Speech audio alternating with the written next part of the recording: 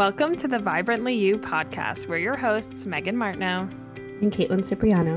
In this podcast, we talk about fitness and nutrition on your motherhood journey. Whether you are trying to conceive, pregnant, postpartum, or beyond, you are welcome here. Nothing is off limits, and our goal is to support you in this important season of life so that you can feel vibrantly you.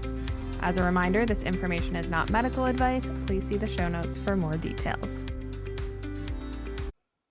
Welcome back to the Vibrantly You podcast. This is Caitlin, and today I thought it would be fun to just walk you through what I eat in a typical day as a mom of two, but not just like what I'm actually eating, but some of the systems that I do to make nourishing yourself feel really doable. So today I'm going to give you like those specific examples of meals and snacks, but also, again, I'm going to sprinkle in, how I make adjustments depending on my cycle or some mindset shifts that have been really impactful for me. So let's dive into this solo episode.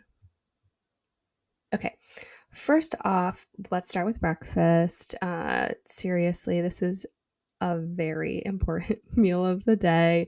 And I really like to rotate between like 3 to 4 breakfast staples because I find this really helps me cut down on like the decision fatigue, especially first thing in the morning. And also just because I'll always know I have what I need in the house. Like I'm not needing to like go run, midweek errands for breakfast meals. So my current like 4 things that are on rotation are like classic eggs and avocado toast, breakfast burritos, which my 2-year-old loves stealing from me, even though she will not eat her own, just mine. Overnight oats, which I love doing with like mixed berries and sometimes adding in like a little dark chocolate chips or Greek yogurt on the top, and then protein pancake bowls. So some things that I find like help with like the prep there are to like obviously make the overnight oats ahead of time. If I know I want to do like a couple during the week, we'll do a batch. My husband loves these too, and he does like his are phenomenal. So oftentimes I actually let him have that task. And then we do the protein pancakes a lot on the weekend with the kids. So I will just like make extra batter and keep it in the fridge. And then I will actually just turn it into what I call a pancake bowl. And then that is like you just toss the bowl in like a glass container, put it in the microwave, and then you can add whatever you want into it. You can do chocolate chips, you can do berries, like whatever you want in there is game. They're so easy and so good. Our kids love them as well. And then something that I may take into consideration from a cycle syncing perspective would be like, okay, if I am currently in my menstrual phase, I might make sure that I'm including a little bit more iron rich food. So maybe I'm adding some like pumpkin seeds on top of my oats.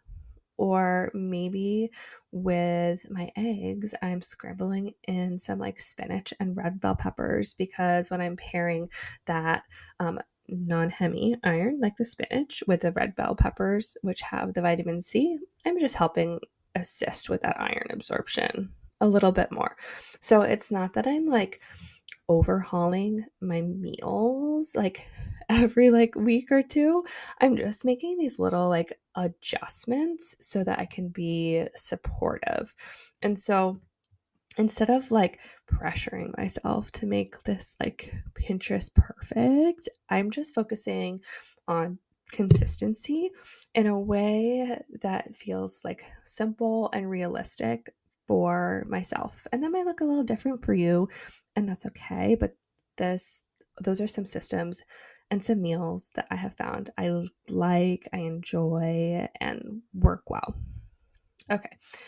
Then around mid-morning, I typically don't find that I'm very hungry during this time, but if I do, I'm gonna do something with a little protein, and I'm gonna listen to my like hunger cues. I'm not gonna like clock it like, oh, it's 10 a.m., you know. So I need something. But again, if I am hungry, maybe I'll do like a protein smoothie or a yogurt bowl to help, hold me over until lunchtime. And then I am just like along the way with snacks, have really learned to like see them as fuel. Not that I've like failed at making a big enough breakfast. Like some days, like those 3 to 4 days leading up before getting my period at the end of my luteal phase, and I'm at the peak of that progesterone production and my metabolism has increased. Some days like that, I just know my body needs a little bit more, and that's okay.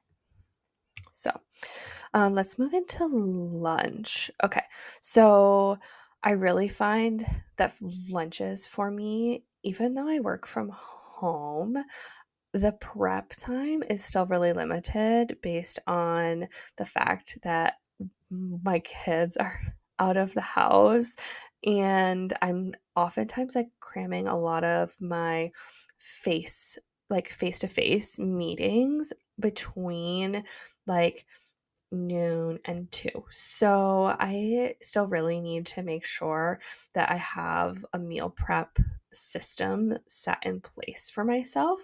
So typically I will make sure that I have some like proteins already cooked. I have like roasted vegetables. I have like some rice or quinoa cooked up. They may not be like in these like perfect picture like little meal prep containers because I think that's a lot of times what people think meal prep needs to be. And in fact, it's really just creating, again, these like systems that work for you so that it takes some of that decision fatigue and those time constraints to actually make yourself a nourishing meal. So a lot of times I'm prepping the ingredients, but I may be flexible in terms of like what the actual dish is. Maybe it's a bowl, a salad, a wrap, but I'm making sure that I do always have a protein, a healthy fat, fiber to pair with my carbohydrate source. So my lunches will always have those components. If I'm thinking, I'm using like menstrual phase here for all of these examples.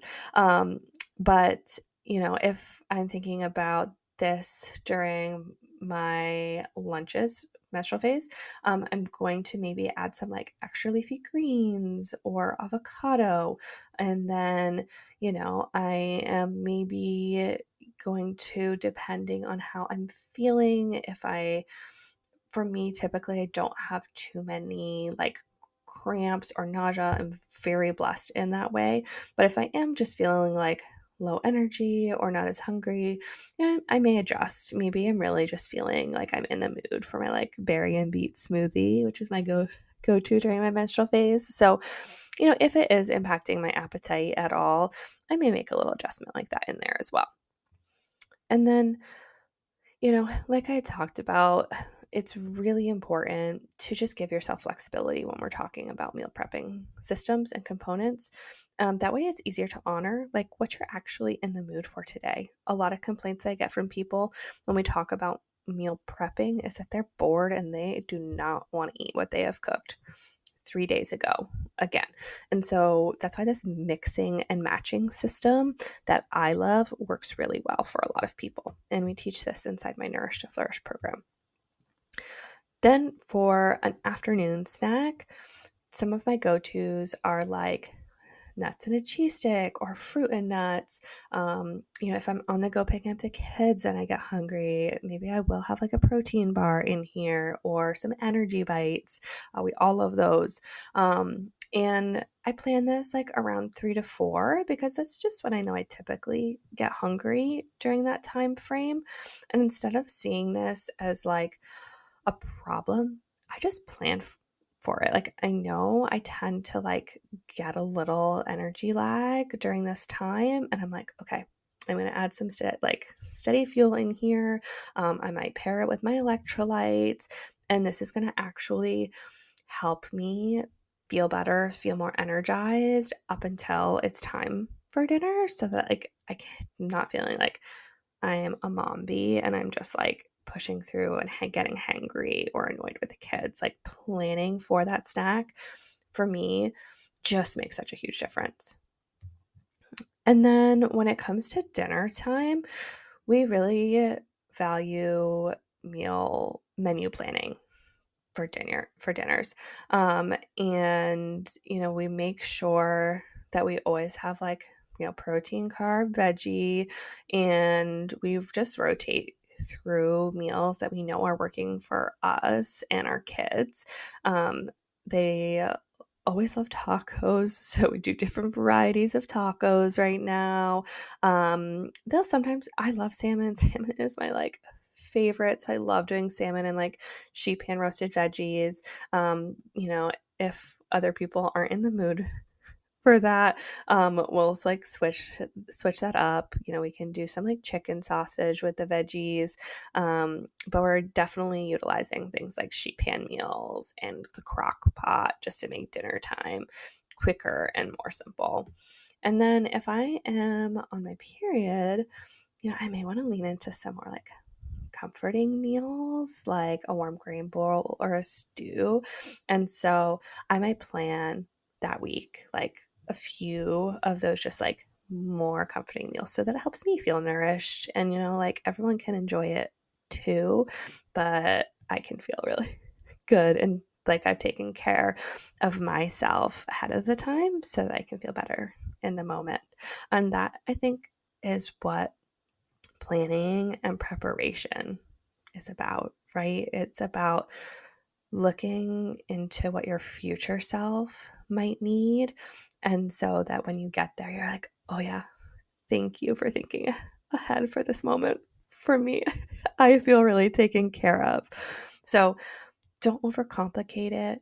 We just need to come up with some systems that work for you so that you can be consistent with.